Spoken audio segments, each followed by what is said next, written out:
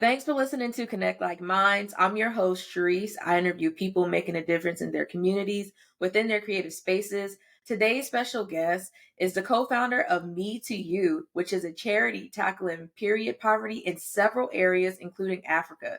She's also a talent rep for people in the film and music industry. Welcome to the Connect Like Minds podcast, Samantha Jacobs. Hi, Sharice. Thanks so much for having me. It's great to see you. My pleasure. It's great to see you again, too. So let's just jump right into the interview. Can you tell everyone where you're from? Well, I'm from the United States. I actually grew up in the Midwest in Milwaukee, but I've lived through the country, went to school in Atlanta, and then lived like most of my life in Miami. Wow, that's pretty awesome. How was it for you growing up? Did you have any siblings? Did both of your parents grow up in your life? What was that like for you? Sure. I have one sister, one little sister named Angel. My parents, I grew up in a two-parent family home. They did get divorced at some point, but always co-parented, were always in my life. Grew up actually in my childhood in a Christian conservative household. And actually, just grew up in a family where both sides were very much into, community service, humanitarianism, and, just very business minded, inventors and creative arts as well. Do you believe that because your family is very they're into community service and stuff? Do you feel like that's where you got that from, or that was something that probably came along later on in life for you? No, it very much influenced me. I've pretty much known since I was 9 years old exactly what I wanted to be and do. And I actually, started off as like a candy striper Wow. at Can the you tell us what hospital. that is?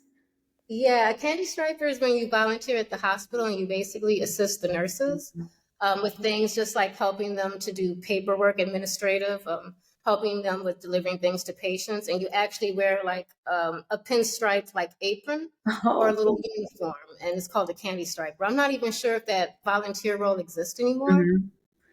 And then, like my mom was in NAACP and things of that nature.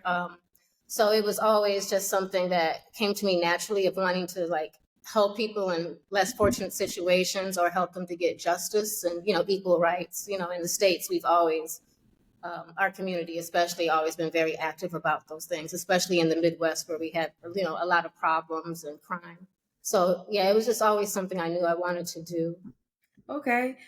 Before we get off that subject, when you were growing up, do you have a specific memory that comes to mind where you were like helping in the community? Like maybe something that was like how there's protests and things like that. Did you ever find yourself helping in a protest or helping to do with something, as big as that? When it comes to protests, I do remember, like in my hometown in Wisconsin, Hmm. that we had a problem at one point with neo Nazis, Oh and wow. like jump, they were jumping black men just randomly as they'd walk down the streets. And I actually had a couple of friends that were beat up really bad and hospitalized, and kind of like altered their lives. One had his jaw broken. And I remember, like, the NAACP and certain local organizations mobilized to try to nip the problem in the bud and to just really get down to the bottom of it. And I remember a couple of colleagues of my mom had Molotov cocktails actually thrown through the windows and into the yard. So I do remember that as a child, like that being, yeah, quite an issue. But our community, would take some steps to fight it, and we weren't scared. So Did you always know that your career was gonna end up like it was moving forward on with your life? I wasn't 100% sure. I always knew like I would be, in humanitarianism. That just came naturally to me. We had a lot of programs in the Midwest that really supported that and the arts, but I really didn't know that I was going to actually be able to work in the arts like film or music until I moved to Atlanta, Georgia. And that's, I was surrounded. This was in the 90s when it was just awesome. Outcast, all these groups were just starting out, the Dungeon Family, TLC was coming out. So it was pretty amazing to be able to move in the mid 90s to Atlanta and just be immersed in this world. And then I was able to land a job at 17 years old at V103. Wow. Okay. So let's talk about that journey. How did you get into journalism and maybe the radio industry up into your career now? Sure. Well, I always knew, even when I was living in the Midwest, that I really liked journalism. I liked the fact that you could be a voice for people. And, my parents always said you're either going to be a journalist or a lawyer because I was always asking questions. So, it came to me kind of naturally. I always just wanted to be a voice for people and get down to the bottom of things, solve mysteries.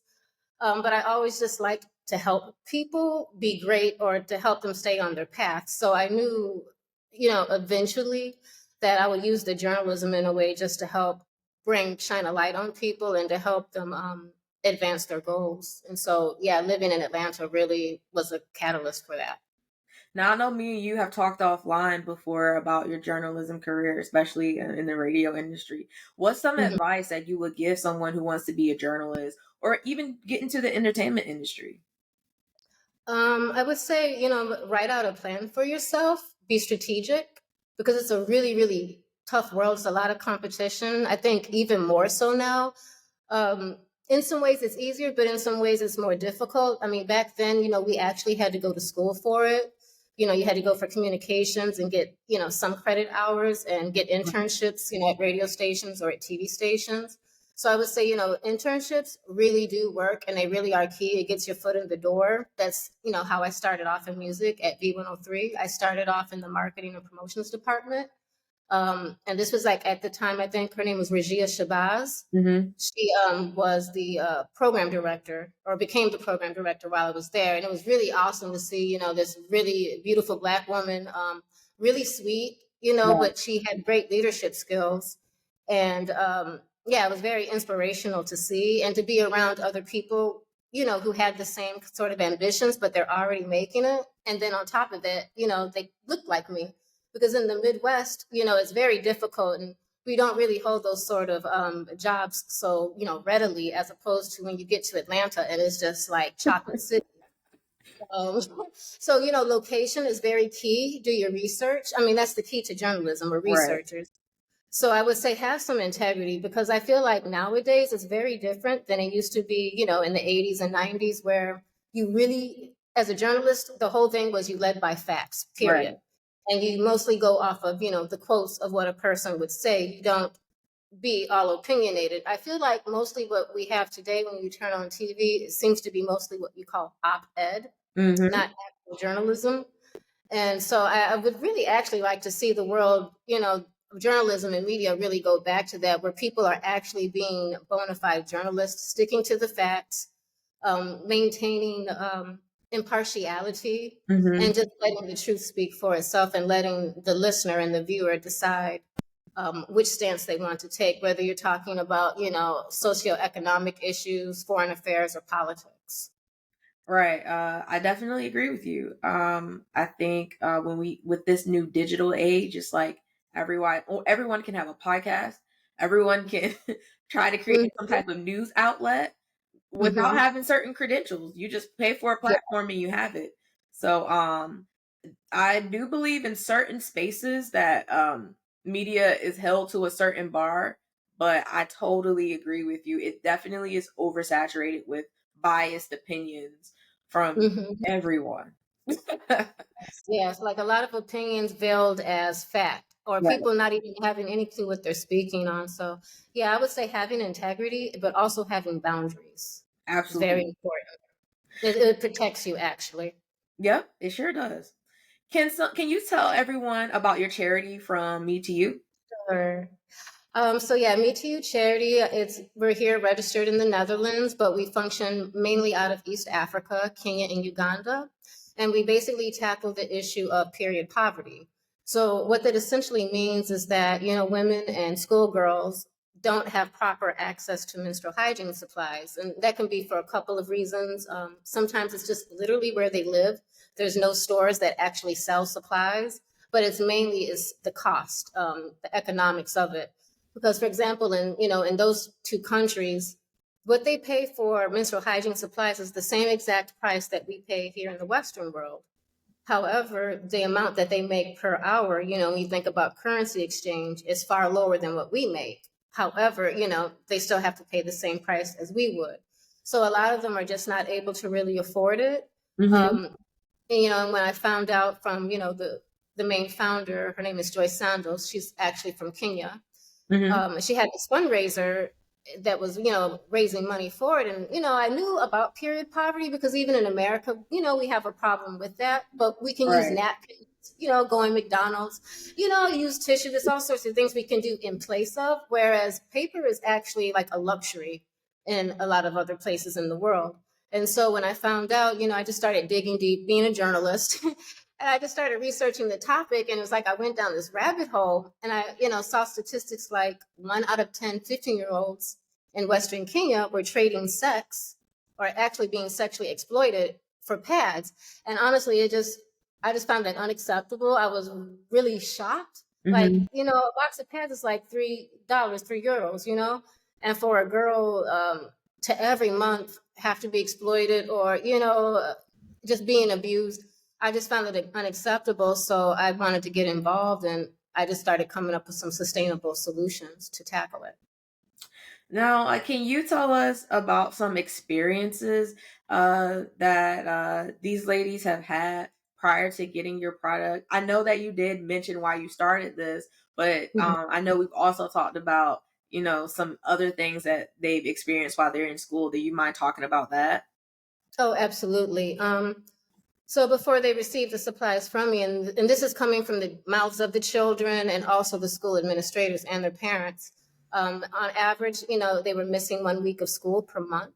Hmm. Because if they didn't have supplies, they just didn't go to school, or if they didn't have enough to make it through the day, they would miss school. So it really was affecting their school attendance, which means their test scores and just their education in general was suffering because of it. Hmm. Um, they had a very high pregnancy rate because a lot of the girls, what happens there, they have these guys, they're sexual predators, let's be honest. And they're like on these motorcycles, they're like motorcycle boys. And they Wow. basically tell the girls, hey, I have a way that, you can stop your period. And basically it's like having unprotected sex with the girls and then they get pregnant. So they couldn't even afford the supplies, but now they're pregnant, so they had that issue. So Hmm. pregnancy rates have dropped since we started distributing supplies in certain areas. Attendance has gone up, test scores, even their participation in sports has increased. Wow. But the other is too, like a reduction in infections, STDs, you name it, and just in general mental health issues. A lot of girls, they just don't have to worry every month about the creepy pedophile anymore. They have the power. And I'm not sure if you're going to see like the kids, but this is what the kids get, Oh. and women also. And this is like, it's a $5 donation, literally, is what this cost. And they get underwear because that's actually expensive and it's scarce there as well. But they also get reusable pads. And so with the reusable pads, those last, 3 to 5 years. And the pads are made using Katenge, which is actually a Kenyan fabric that's made 100% from cotton. And so, yeah, these pads last 3 to 5 years. When the kids look at it, they can see their culture, they can see the fabric, and it gives them a lot of pride, and it's pretty, and Yeah. and it's like it just gives them a sense of pride. They get a menstrual hygiene workshop lesson, and I just recently launched a sewing academy as well. So now they're learning how to make these pads, so they can make it for themselves or even start a business. Do you mind talking a little bit more about your business and how it's helping people there right now? You're just doing a bunch of helping. I love it. I love it. Oh, thank you. I love it. So with the Sewing Academy, it's totally free. We go to various schools or we go into various community centers throughout Kenya, and we're launching in Uganda, the academy this year as well. We just expanded into Nairobi County. So basically, in one day, in a few hours, they have a 1 day academy, and my volunteers basically teach them from scratch. They get a pattern and everything. They learn how to cut out the pattern to make the pads, and they hand sew. Wow. So instead of using sewing machines, because let's be honest, sewing machines are not so easy to use. They're Yeah, I expensive. know. Not everyone has one in the house, but also electricity. So I wanted it to be 100% sustainable and in a way where the children and, the women can feel empowered and self-reliant. Yeah. So, they spend a few hours in a class learning how to make these, and they get supplies to take home, a full sewing kit, thread, scissors, you name it, Wow. and even fabric, more kitenge. And I educate boys, schoolboys, schoolgirls, and adult women as well. So for the kids, the boys love it. They're actually really, really good at this. Hmm. As good as the girls. And, they can go home and show their mom, their sisters how to make these. And some of them have already taken the certificates. It's a certified program. So they get a certificate with my signature on it Hmm. and, their name on it. So they can use this to get jobs in the garment district, or even just, start their own business. Because actually, like Ralph Lauren and Fruit of the Loom, they Hmm. actually have, factories in Nairobi, Wow. I didn't know that. garment district there that makes underwear. So now, it's empowered them where they can confidently, go and apply. Because, I mean, let's be honest, sewing is a life skill. We Yeah. used to have it in school in the 90s and 80s. I don't even know if America even has home economics in the They school system. did. I don't know if they have it now, but they did when I was in It's school. like a life skill. We should all know how to thread a needle and sew. So, I wanted to make sure the boys were included in this because they do sometimes feel very neglected and they have their own Yeah. issues. And so now Absolutely. they have a skill, and they can save money, the women can, or, they can start their own business and make this for each other. Has anyone started a business that you know of yet? And A couple of them have. I know like a couple of young boys, teenage boys who, have graduated last year out of, high school there. Mhm. They were able to actually go to some sewing recruitment centers, where they had these job openings and they were Mhm. able to land a couple jobs. That's And there are a awesome. couple women I know who right now are, figuring out how to start their own cottage business and making pads, for other women in their community. So, that's also my thing too, is to show them now how to actually go into, the business piece, and Mhm. then want to take these pads actually and sell them around the world. Because even here, when people see these, they want to buy these from me. Yeah. They want me. Wow. Yeah, I need to get me some. But I just want to have it just to Yeah, and they have it look because it is cute. I like it. good. Yeah, I love it. And I use these on myself. Everything I've given, even the pre-made pads like this, I test everything out on myself Wow. before they get it. So I don't give our beneficiaries anything that I myself wouldn't use or that I Mhm. wouldn't let my daughter use. If it's not good enough for us, it's not good enough for the people I help. And it's the same thing with the sewing program. I came up with the pattern. I sewed this a few times myself. I made sure that I could actually do it myself before I put that responsibility, on the kids. So, yeah, it's, the kids love it. It's a very good team builder, actually, an icebreaker for children. It's really bonded them. Mhm. Um, and actually, like the Muslim and Christian communities, it's very strange. I didn't know that they didn't really interact that much in certain areas of. Wow. But with these workshops, these sewing workshops, the women have actually, a lot of the feedback they've given is they've made new friends, from different religious faiths. And they, because this was like a team builder and it was the Mhm. first time they'd really been brought together to learn something. So they feel very empowered. So I'm very happy that I'm able to, provide this sort of support. I hope to bring this actually to the States one day. Yes, I hope you do. I'm gonna Thank, try to help with that effort. I'm gonna talk to whoever I know so you can come and do it here. thank you. How did you all get funding for this project?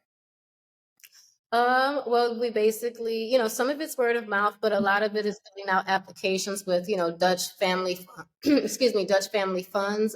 Also, the European Space Agency. Wow. They have a human rights fund that they have that supports sustainable charities. And so, yeah, for a couple of years, they were very supportive of the ESA. I'm very grateful for them. And also another family called Veer de Bos. Those Mhm. two have been extremely dynamic as far as like financially supporting my goals and just, initiatives I've had and backing me up. Great, great. That's good to hear. If someone wants to donate or just find out more information about your nonprofit, how can they find out more? Sure. They can go to Instagram and go to at Project Me to You, METOYOU, or they can go to www.metoucharity.org. All right. Now, this next segment is called Shout 'em Out. Outside of your charity, can you name any nonprofits that you believe is making a difference in our communities around the world? Sure. The one that I collaborate with that's in Nairobi, it's called Big Five. Mm-hmm. They help us and volunteer as well. They have a reading program where they provide books and just even like a safe space, a library, mini libraries, or you can call it like a pop-up library for kids to come and study and just have some peace of mind, because sometimes we don't always have that in our home where we can focus properly or even have proper books and materials, so it gives them a safe haven for that. But they also have a teen mom program Mm-hmm. to keep girls in school and educated. And here we have something called Foxer Entertainment, which I collaborate with. They actually do a lot of nice productions, but film productions and TV show productions they've started. But they also do a lot of free training for students and children who want to get into the industry, and even a program for instruments where they donate instruments to kids who can't afford it. Okay. Thanks for sharing that. How can someone learn more about it? Can you tell them where they need to go so they can check it out? Sure. For Big Five, you can find them on either Facebook or on Instagram. If you put in Big Five Center, it's Big Five Library, BIG number five library, um, on Instagram. And then for Foxer, it's Foxer Talent, Puntanel. Okay. Like, yeah. Thank you. This next segment is one of my favorites. It's called Digging a Little Deeper. So let's talk about you being in the film slash music industry as a talent rep. Can you talk about your experience doing that? Sure. Well, I started off, in music via radio, and I even DJed for a while as well. So that's how I got into like the music PR and music A&R piece of that in Atlanta and also in Miami. I was at 103.5 B, had a really great experience on the Prince Marky D show back in the day. Mm-hmm. And then, I lived in England and DJed. And so, it's just one of those things where, you lived around the world and you just start meeting people. And yeah, that's how I got into the music A&R, just basically connecting the dots. I'm a bit of a path maker. So, if a person needs a producer, a writer, whatever they need, I find that for them and help them, so they can stay on their path to success.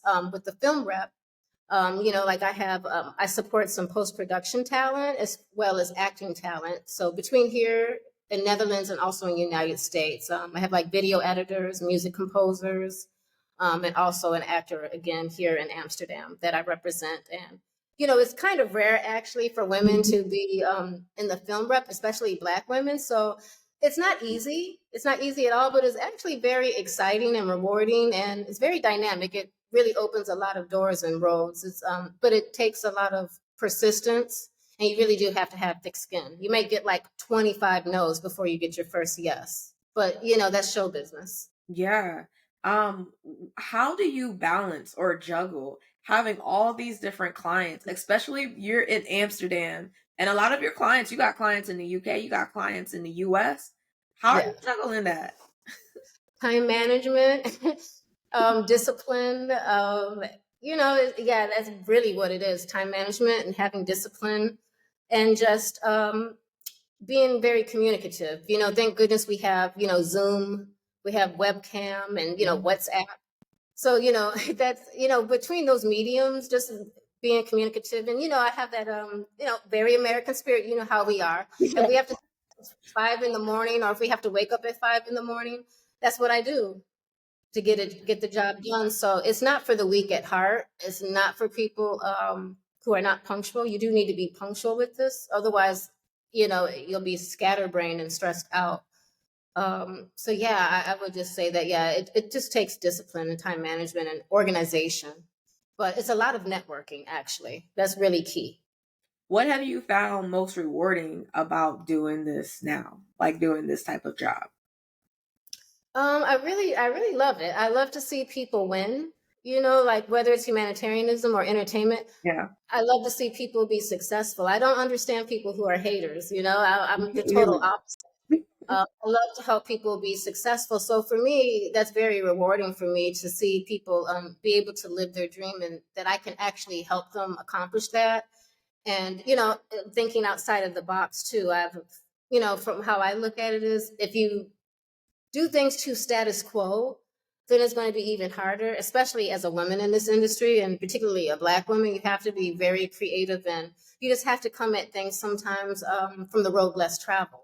Yeah. And it's down to your clients having faith in you as well. All my clients are actually men, and I really appreciate that about them, because I tell them straight up, like, look, are you sure you want me to represent you? I'm a woman, I'm a Black woman, there Yeah. might be some things you miss out on simply because of, my demographics. Are you sure? Hmm. And like, no, they really want me to represent them. And I really appreciate how much, faith and patience they have in me, because it is a tough industry and it's extremely competitive. Agreed. Now you live in the, well, red light district, basically. Can you tell us about that? And for those who don't know, explain what goes on in the red light district. Okay. Well, I do live in the Netherlands. I don't live in the red light district, but it is in Amsterdam. So as you can see, I live here. I have a farm. I live on a mini farm. But Amsterdam is really cool place. It's very different. Um, quite liberal and open minded as far as when it comes to like women's rights, and in general, just liberal rights. So yeah, we have the red light district here. So that basically means that women can work as sex workers openly. They're not arrested for it. They're actually protected by the law, by the police, and by the government. They pay their taxes just like any other person that's an entrepreneur would. Hmm. And yeah, it's regulated, and they're kept safe. It's just like they show it in the movies or TV. They stand in the window with the red light, and if a man or a woman is interested, they can have a conversation about it. Wow. So I'm sorry for saying you live in the red light district. You Oh don't no, it's live no there. worries. I mean, it's a safe neighborhood, actually. That's what's so crazy about it. It's like, it's when we live in the States and we hear about these things, because it's illegal in the States, Yeah. these sort of things. People have to do it in the cover of the darkness. And that Hmm. actually makes women much less safer, because human trafficking and pimping, Right. really goes to the next level. I mean, we still have it. Skid Row, all these Chicago, Yep. it's everywhere actually. It's the oldest profession, one of the oldest professions in the world. It's not going anywhere. So, I do appreciate here that they, her body, her choice. She can do what she wants with it. And, they don't allow men, to violate the women or rob them and rip them off. They're protected by the law. And it's a quite safe neighborhood. It's safer than a lot of neighborhoods in the States, no joke. Wow, that's amazing. Because my next question was going to be, how is it living in Amsterdam compared to living in the U.S.? Clearly, it's safe. Oh yeah, it's safe. It's much safer. There's far less crime. I mean, they still have petty crime like pickpockets, but it's not like you're hearing gunshots, gang warfare. Yeah, it's much safer. I would say, for me as a Black woman, the racism sort of thing. It's not like in the States. It's not completely, eliminated here. It's passive aggressive in its own ways, but it's Hmm. much more. I feel like a fair society from that perspective. Okay. Um, so yeah, it's not a scary place. I would definitely encourage everyone to come here once just to Hmm. see. Okay. And speaking of fear, do Black people face the same issues there that they do here in the U.S.? Um, Not exactly the same. There's, still a little bit of discrimination, probably, dealing with HR. Yeah. Just like we have in the States where they see a certain name, especially for example, Africans and those from like Moroccan community where you can clearly see from their name what their ethnicity is. Hmm. But it's not as extreme as the States. You don't have police pulling us over in the car left and right or harassing us because we're walking while Black. That doesn't happen here. That's I mean, great. at least I haven't experienced it. It's pretty from that. Police harassment is nothing like it is over there. They're actually really quite helpful here. And before I get off the subject of the red light district, because Mhm. I want to know, like when you go there and you choose whoever you want, do they like give you a list of things that you can choose from, or is it in the window what you can choose to do with the person? Yeah, sometimes they have a list like a menu, the window that they can look at, or I guess the guy can ask them, say what they're interested in, and she says, yay or nay. Wow, that's interesting. Is that like a big tourist site for people to go to when they come to visit? Yeah, that the coffee shops, marijuana, cannabis is legal here. Hmm. Was way before the rest of the world was. So that's, yeah, those pieces. And also the art industry is Hmm. really here. You have the Dutch masters, the Rijksmuseum, Van Gogh, Rembrandt. So yeah, you have, the arts here, the fine ancient arts is here, very medieval, ancient buildings to see if you're into, architecture.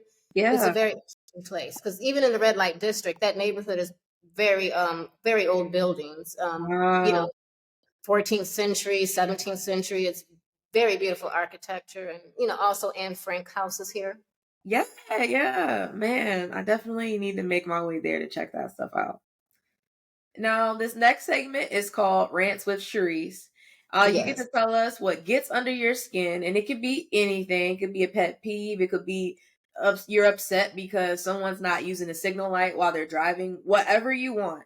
But Okay. after you complain or rant, you need to give our listeners a solution to fix the Sure. issues that you don't like. So the floor is yours. Okay.